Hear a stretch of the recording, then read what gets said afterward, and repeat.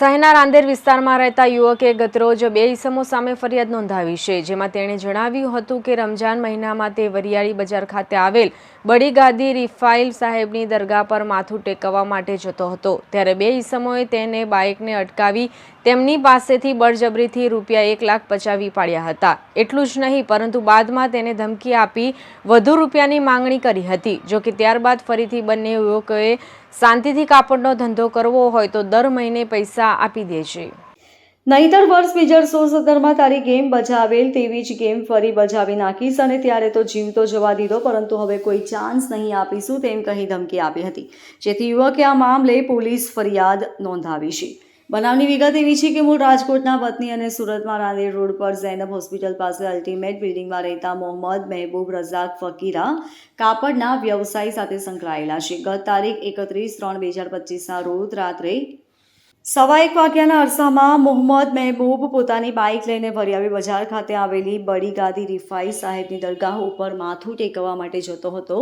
આ દરમિયાન રાત્રિના 1 વાગ્યાના અરસામાં લાલગેટ વરિયાળી બજાર પાસે બડી ગાદી રિફાઈ સાહેબની દરગાહની સામે ઊભો હતો. આ સમયે ઇમ્તિયાઝ ઉર્ફે ઇમ્તિયાઝ સદામ ઇકબાલ બચાવ અને તેનો નાનો ભાઈ ફૈઝલ ઇકબાલ બચાવ બંને તેની પાસે આવ્યા હતા અને इम्तियाज़ उर्फे इम्तियाज़ सदाम तुझे सूरत के रिंग रोड इलाके में कापड़ का व्यापार करना है तो मुझे हर महीने पैसा देना पड़ेगा, वरना व्यापार नहीं करने दूंगा.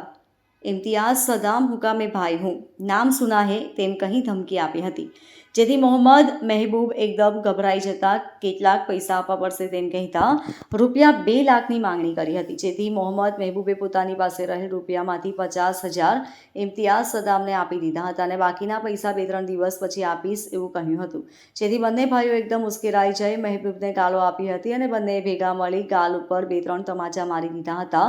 ઇમ્તિયાઝ સદામે તેના પેન્ટના નેફામાંથી ચપ્પુ કાઢી મહેબૂબને બતાવી ધમકી આપી હતી કે બાકી કે સબ પૈસે અભી કે અભી દે દે, વરના જાન સે માર દૂંગા તેમ કહી મહેબૂબે ખિસ્સામાં રહેલા બીજા 50,000 પણ તેને આપી દીધા હતા.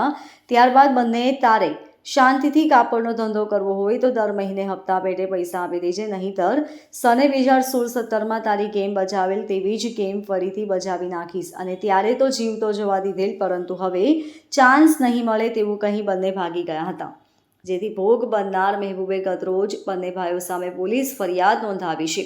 Bureau report LK star news, Surat.